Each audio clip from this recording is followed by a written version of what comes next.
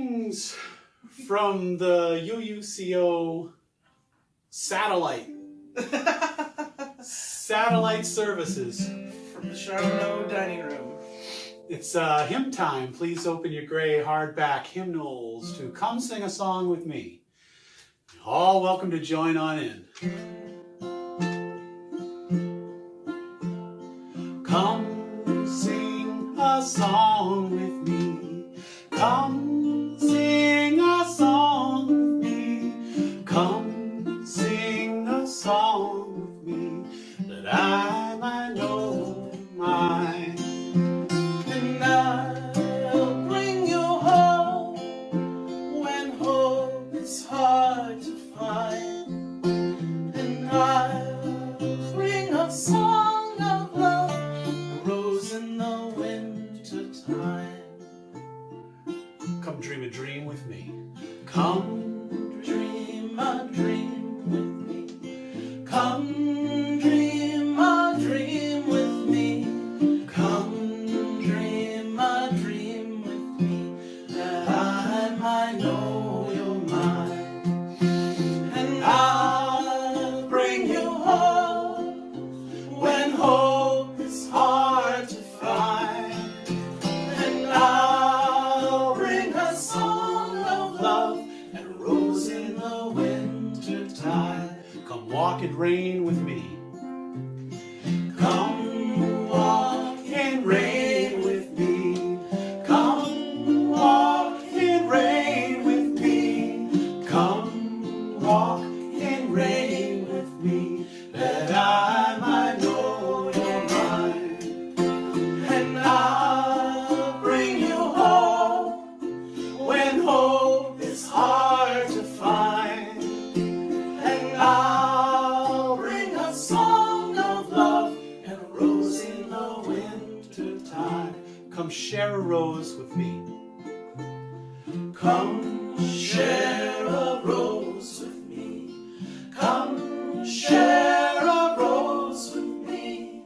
Come share a rose with me, that I might know you're mine. And I'll bring you home when hope is hard to find. And I'll bring a song of love and a rose in the winter time.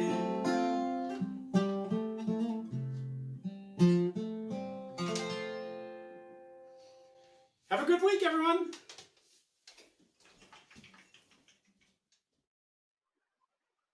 And now we will have a time for all ages. I hope there are some children out there who are enjoying being here with us virtually. But if not, this really is a time for all ages. And we are going to be talking about one of our Universalist forebears, Reverend John Murray. This year has been the 250th anniversary of John Murray's landing in America, and we count that as the beginning of Universalism in America. So it is a time to celebrate. It's a time to be strengthened by the stories of our ancestors and the travails that they went through and the strength that they brought to their lives. So this is the story of John Murray and the Winds of Change. So Universalism is a religion that says that God is love, God loves everyone, and that all people are saved. And in the 1700s, when Universalism was getting going, it was pretty radical, which means it was kind of way out, and people thought it was a really strange thing to believe, that a loving God would never send anyone to a punishment that lasted for eternity, no matter how bad that person was or no matter what they had done. And John Murray, Reverend John Murray, was a Universalist preacher in England who believed that God was love. And he was busy preaching his doctrine of universal love and salvation and having a nice life in England. And meanwhile, across the Atlantic Ocean on the other side, there was a man named Thomas Potter. And Thomas Potter was also a Universalist, and he was a farmer. And he was longing to hear a message of universal love and compassion and hope. But all the preachers in his area, he lived in what is now New Jersey, all the preachers in his area were preaching punishment and sin and how bad everyone is and how angry God is with everyone. So he was often very unhappy with the churches around his area and wishing that something would change. And one night he went to bed and he had a dream. He had a dream that on his property there was this beautiful little chapel, and there was a preacher inside that chapel preaching messages of love and salvation and compassion. So Thomas Potter woke up and he said to himself, I think I'm going to build that chapel. If I build it, maybe he will come. And so he got to work building this chapel, even though his neighbors thought he was a little ridiculous. Meanwhile, back in England, John Murray had had some terrible things happen in his life. He had several of his brothers and sisters die in quick succession, and then he lost his wife and his only child. And he was feeling all alone in the world, and he got pretty angry with God, and he decided that he didn't want to be a preacher anymore. And he decided to make a new start, to leave for America. So he got on a boat and started off for the shores of North America. And as he was about to arrive on this ship, there was a terrible storm. And everyone on the boat thought they were going to die. But instead, they washed up on the shores of North America. And guess where they landed? They landed really, really close to where Thomas Potter lived, in a place that's now called Murray Grove, if that gives you an idea of how this story might end. So the ship's captain said, well, we're going to have to get some repairs, get some materials, get some supplies, and get everything back together and push on to where we were planning on landing. But we'll have to wait for the wind to change. So in the meantime, somebody needs to go on land and find something to eat, see what's available in the next town. Hey, Reverend Murray, why don't you go? You're not doing anything. Why don't you check it out? So John Murray starts to walk along, and who does he meet up with? But I bet you can guess, Thomas Potter. And either Thomas Potter was a really good conversationalist, or maybe John Murray had just been shaken by the near-death experience he'd just been through on that ship. But he ended up telling Thomas Potter that he was a Universalist preacher back in England. Thomas Potter reacted very strongly. He said, you're the one I've been waiting for. Your chapel is waiting for you on my property. Come and preach in my chapel on Sunday. And John Murray said, no, you don't understand. I've given up preaching. I've given up religion. I want nothing to do with being a preacher ever again. I'm making a new start in this place.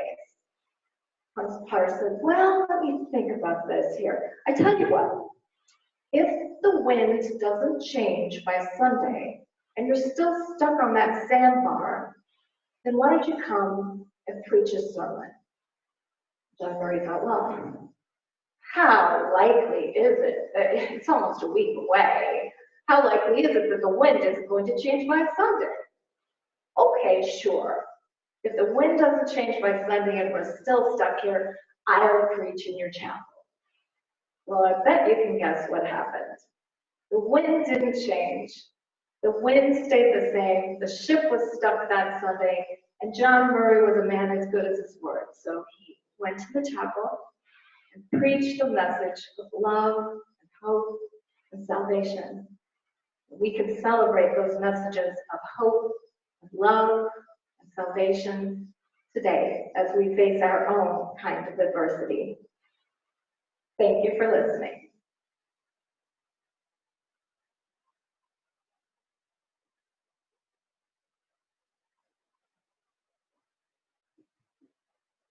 And Now I would like to talk to you about another Universalist hero of mine, and his name is Reverend Abner Kneeland.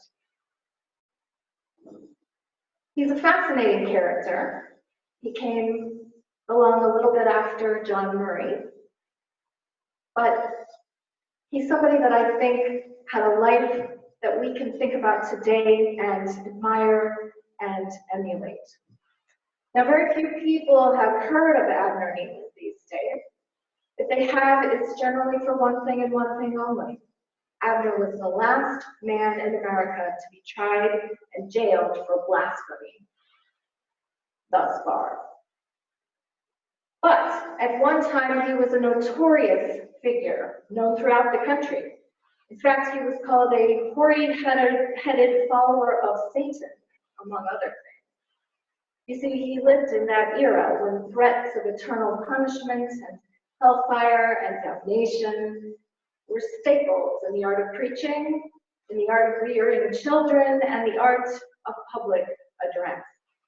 Now, everyone knew that society would just fall apart if people stopped being afraid that they were going to hell. So Universalists were looked at as some kind of destructive and highly suspect and possibly evil force. If these dang Universalists ever got their way and everybody started thinking that there was no hell, well then, maybe all hell would break loose here on earth. People would start sinning up and down and sideways with no end to the depravity. So into this world of sin and redemption steps Mr. Abner Kneeland. Now, Abner was a brilliant but self-educated New England Baptist preacher and school teacher. He liked to read a lot of books, and this habit of reading books would continually get him in trouble throughout his lifetime. First, he got into trouble with his Baptist congregation after reading a book by Elhanan Winchester, another Universalist, about how nobody was going to hell. But that adventure all worked out for Abner Kneeland when he quickly decided to become a Universalist. And there just happened to be a Universalist church nearby for him to be the minister in. So he was ordained quickly as a Universalist preacher, and he escaped that angry Baptist congregation. However, he continued to read and study, and soon he found some more books that caused him to doubt the authenticity of the Bible and doubt the divinity of Jesus. Now, this is one of the things that I love about Abner. He was not a poker player. He just was incapable of keeping his true values and beliefs to himself, no matter what the cost. He wasn't very savvy, but he had a kind of honesty, a kind of daring integrity that prompted him to live his beliefs out loud, no matter how radical, no matter how ill-prepared the world was to receive them. Now, eventually, it became clear that even in this radical Universalist church, Abner was, shall we say, way off message. He was at this time serving a larger congregation in New York City, and they were not too happy about his open-minded and questioning theology. And it wasn't just his theology that was changing drastically during this time. He'd also met up with some irredeemable radicals from across the pond, the fiery reformers, Robert Owen and Fanny Grant. Now, these people were real TNT. Abner Kneeland gave Fanny Wright a place to speak in New York City at a time when nobody else would. Now, Abner's politics were, by this time, radical. He believed that people should only stay married for as long as they were happy in their union and should be allowed to leave their marriages if they were no longer viable. He advocated marriage between people of different races. He supported sex education and access to birth control for family planning in the 1830s. Now, by this time, the Universalists had had more than enough of Reverend Abner Kneeland. They tried to tolerate his forays into free thought, but by this time they were done playing around. And you can kind of understand their position. Struggling for respect as they were themselves, they couldn't allow this heretical member to confirm all the awful things that the public already thought about Universalism.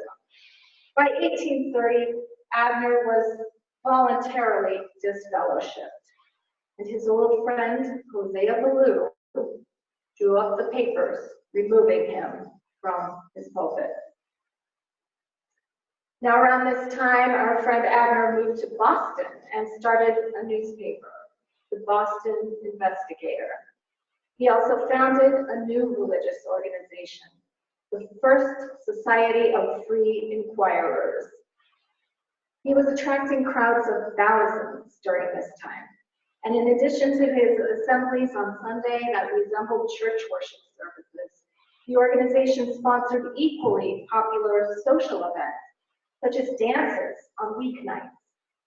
At these gatherings, attended by hundreds of people, mostly from the working classes, refreshments were served, but no alcohol, in keeping with Abner's teetotaling lifestyle. Children were encouraged to attend along with their parents, and the goal was to encourage healthy social behavior and to enjoy music and dancing and good company. By all accounts, the gatherings were sober and dignified and wholesome, and all proceeds were directed towards the poor. Well, was it his associations with radical reformers and their encouragement of fraternization amongst the races and the classes?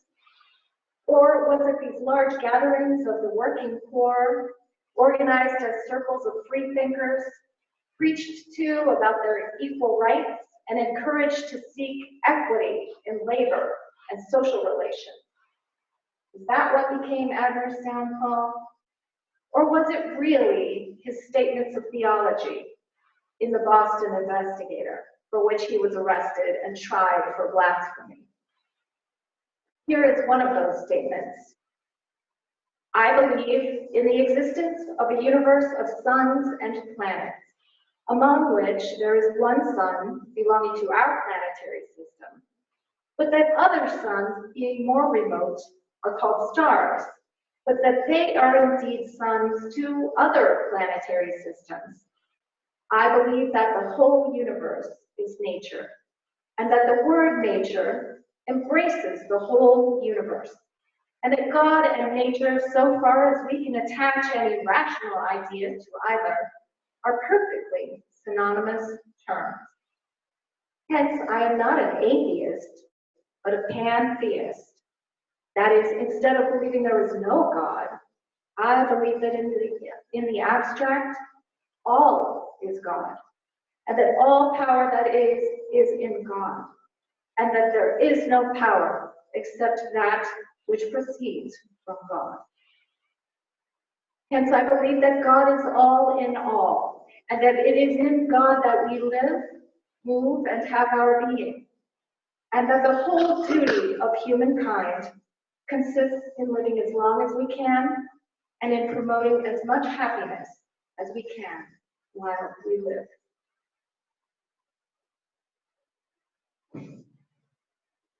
Other suns are called stars, but they are indeed suns to other planetary systems. This is what I love about Abner Kneeland. He was able to use his imagination, and he used it to decenter himself. He could envision other worlds.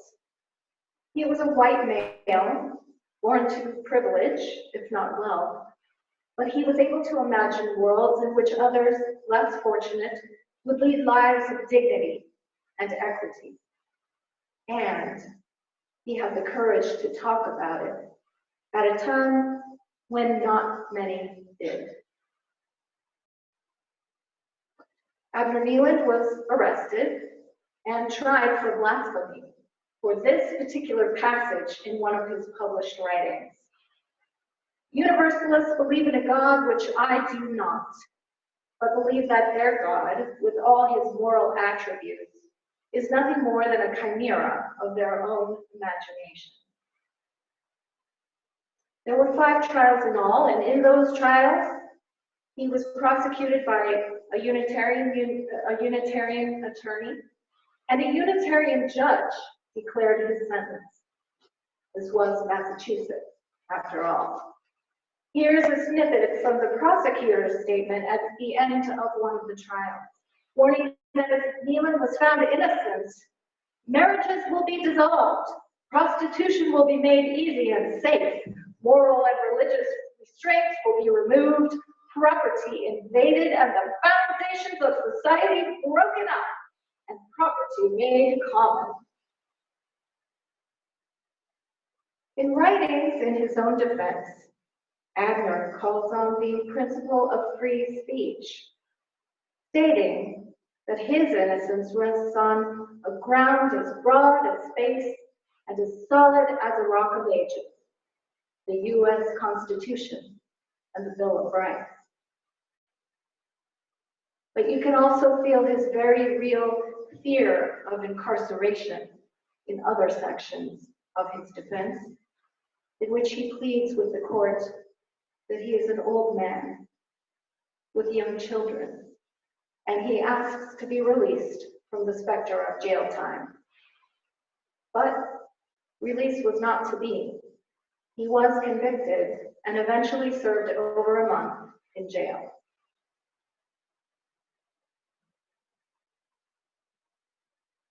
Now, during Kneeland's imprisonment, the Unitarian minister, William Ellery Channing, assembled a petition calling for Kneeland's release, based on the protections of the Constitution regarding freedom of speech.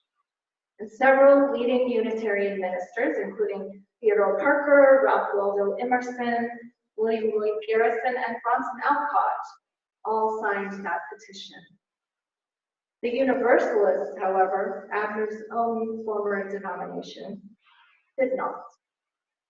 In fact, Kneeland's old friend and colleague Jose Ballou visited him in jail, but it was out of a sense of Christian duty, and he was unwilling to advocate for Abner's release. Well, Abner was never the same after that experience. Who would be, really? He began to dream about getting away from Boston while he was in jail. He envisioned a utopian community of freethinkers out west, headed, of course, by him and his friends. In fact, he started to draw up the plans in jail. Maybe it was a pleasant distraction from his humiliating situation. Abner, indefatigable as always, did move out to Iowa after his release and began working to make this little spot on the map into a real town. A place called Salubria, which means health. But as ever, he was beset with troubles, and not much came of that dream either. Salubria faded away after a few years, after its founder died in 1844 at the age of 70. Abner Kneeland's flamboyant life and his tragicomic misfortunes make him easy to dismiss. Some say he was a shameless attention seeker or an intellectual lightweight. But in truth, he was neither of those. When one examines the trajectory of his life and his writings, one can see a steady movement toward openness and freedom of thought. Abner was committed to reason and inquiry as vehicles for understanding our world. He used his considerable mental gifts to understand the scientific thought of his time and to question the social and religious conventions of the time, that at a time when most people were afraid to examine these things critically. After hearing some of Abner's story, I hope you'll agree with me that Rather than being a joke or a footnote in our history, Abner Kneeland deserves an honored place in Unitarian Universalism. Even when he lost his faith in a God who would take care of humanity in every way, Abner never lost faith in a community of spirit and kinship. When his circumstances changed, he envisioned and enacted a new kind of community of faith, with new forms of gathering and new forms of worship. And in a way, we're living out his legacy again today. As we move services online to protect our communities. While imprisoned, Abner reached out to friends, he wrote letters, he worked on his projects, and he dreamed of a better world. And we can do the same. Even if we're quarantined, even if we're practicing social distancing, we can find ways to make this time more joyful, more connected, and more calm. When released from his confinement, Abner boldly put his new ideas into the service of a new and healthy community that he envisioned. And we too can envision our Salubria, that place beyond our present difficulties, where we will live in renewed gratitude for all that we have and all that we have survived. Like Abner, we can use our creative resources, even during times such as these, to continue to proclaim and live out Universalism's message that all are loved, all are included, and all are welcome. Our task now is to continue that legacy by being bold, even at a time like this, to imagine a better and more inclusive world. And then, like Abner, we must have the courage to roll up our sleeves and build that new way together.